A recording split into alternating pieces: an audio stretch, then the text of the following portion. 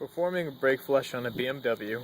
This is on a BMW X3 E83 with an N52 engine, and you always want to use DOT4 high performance brake fluid. BMW has a part number for this. It's 812201425156. The procedure is going to be the same on all BMWs. It just is a matter of accessing the brake fluid reservoir. So the first thing that I want to do is go ahead and suck out the old brake fluid as much as possible and fill with fresh fluid.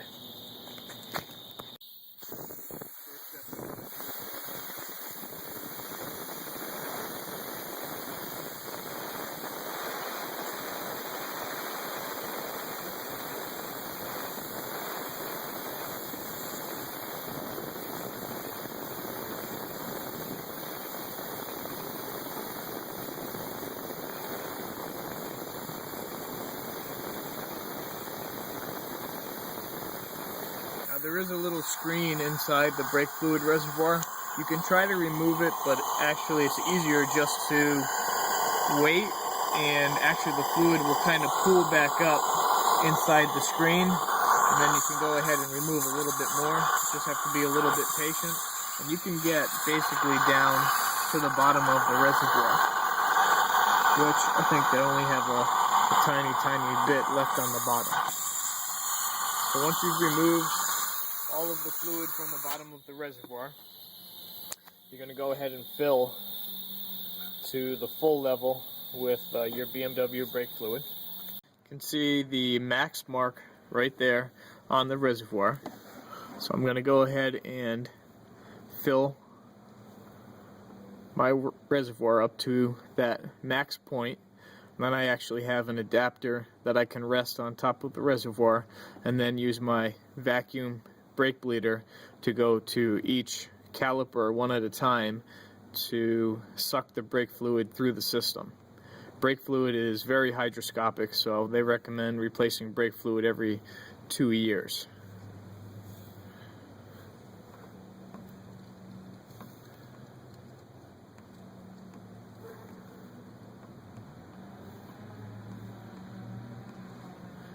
It's nice that Matco brake vacuum tool comes with a couple of different adapters, one to actually suck out the fluid and one to attach to the bleeder screw at the caliper itself. So one bottle basically is what I took out when I sucked the reservoir down. That's actually pretty decent. So now I'm going to use, I have actually some extra brake fluid. I'm going to use that to flush out the system. This is the adapter that comes with the kit. It has a clip that's supposed to reach the screw-on portion of the reservoir. Unfortunately, that doesn't quite fit with this, but I can still use this to rest it on, and it has a off-on valve, which is nice. Basically, you want to screw this piece down here so that the depth of the nozzle is right at the top of the fill level. That way, and see, I'm actually not quite there. That way you never have to worry about overfilling or spilling the brake fluid. You just want to get it so that the tip basically just touches the brake fluid. So I'm pretty close right there. You can see when I dipped it in, there's just a little bit of fluid right on top. So maybe 2 more turns and I'll be there. Yep, so now that's the correct level for me. Now my clip doesn't work, but I can still rest this just like this and go ahead and I can turn my valve on, and the fluid shouldn't get higher than that max point. But as I suck the fluid and remove it from the brake caliper, it's going to pull the fluid from this reservoir and just gravity feed it into the brake fluid reservoir. It's a nice handy tool. What's nice is that this kit comes with a brake fluid adapter, and this is my suction adapter. So they have these quick disconnects. Just push down and that pops that connector right off, and that's the suction side. So I'll go ahead and put that aside and just pop on my adapter that has a end that I can just push right over the bleeder screw. As you're performing your brake flush, make sure to keep an eye on your max level. You don't want your reservoir to go below the empty level, because then you're going to be introducing air into the system. So just make sure that everything's working correctly once you start the procedure, and that this bottle should be emptying, or if you have to, you can go ahead and just fill it a little bit at a time and remove a small amount of fluid a small amount at a time. And then just keep this topped up to the max level, and you can go all the way down to the min level, but then at that point make sure to add fluid so you don't introduce any air to the system. Now I have the wheel removed because it does make it easier to access each caliper. I'm going to do the rears first. I'm going to start with the left rear, then I'm going to do the right rear, and then I'm going to do the right front, and then the left front. So you have these little dust covers. Remove the dust cover. This is going to be a 9mm,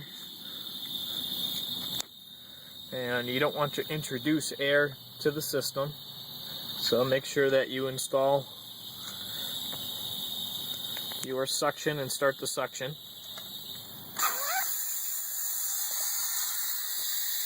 sure that's on there good. And then you can go ahead and crack it open, and it should start sucking the fluid. You can see there it goes out of this caliper.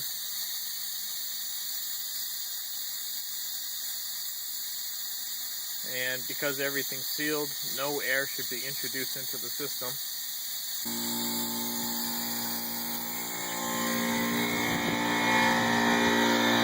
Come up and you can see that my fluid level actually has dropped just a small amount, and my max level, because of this tool, is remaining perfectly where I want it to at that max point. So I can use this bottle and I can go into 4 parts and basically flush this right through the system and get a good brake flush to help prevent any corrosion in the internal system of the brake lines and on the calipers themselves. And this is the same procedure basically you're going to be following on all the wheels. And when you're done, you're just going to snug down the bleeder screw. Make sure you don't over tighten it.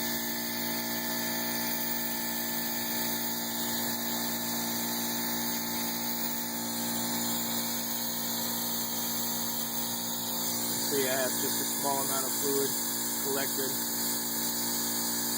I basically want to take out as much as what would be in the piston cavity of this caliper. So have to let this run, take some more fluid out. Now before you shut off the vacuum, you're going to go ahead and snug down the bleeder screw. Remove the tool. And you do the same thing for each brake caliper. This is the front now. Take your dust cover off. This is also a 9mm. In the front, put my bleeder. As you can see, I used half my bottle for the rear brakes, and now I'm going to use the other half of the bottle for the front brake hydraulic circuit.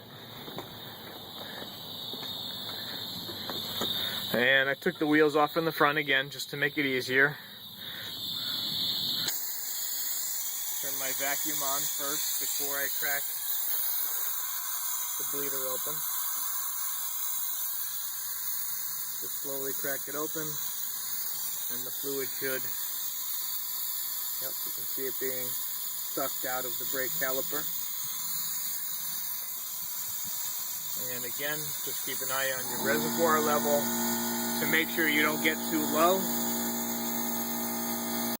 Now you have to remember to put these dust covers back on too, but on the sides that have the sensor, like this one here, the sensor actually pushes over the top of the bleeder screw. So you have to pull that off. Just remember to put it back on when you're done so you don't damage the sensor with it contacting the tire. It's actually kind of a common thing that I see when people route the brake sensor incorrectly. So same idea, put my wrench on, put my suction on, start my suction first, so there's already a low. Go ahead and crack my line. Oops, out of a bad spot.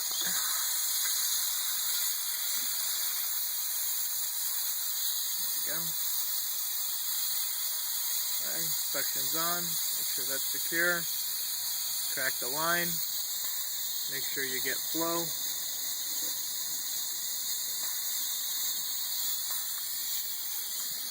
And I'm nearing the bottom of the bottle. I just have to make sure to keep an eye on it. And what's nice is that my level has been maintained at my max throughout the entire flush.